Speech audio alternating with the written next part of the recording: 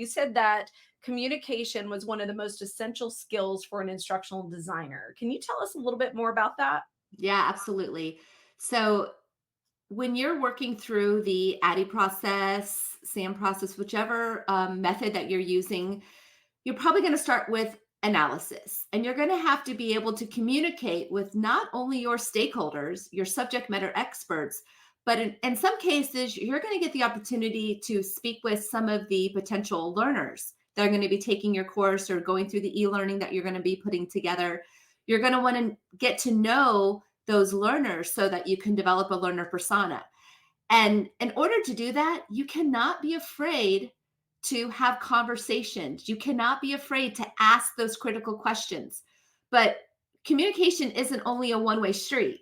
It's not just asking the right questions to gather the information you're looking for. It's also listening carefully.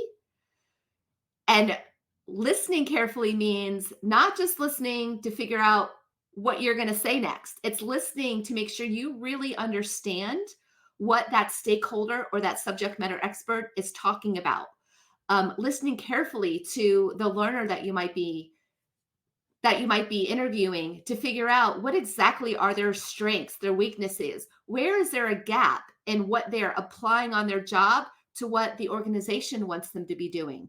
And so in that instance, you really have to hone in on those communication skills, because if you let something slip, you could end up developing an entire course and it not be exactly what the stakeholder needs. The other part of that is, if you are developing a course, you're going to go through probably some cycles where you put part of your, let's say, your outline together, and you want to share it with your stakeholder first and say, okay, let's get your approval. Let's talk through these elements or these ideas that we're going to put into this course or this micro learning, and get their feedback on it. You don't want to develop a whole bunch of stuff and then find out it wasn't what they were looking for.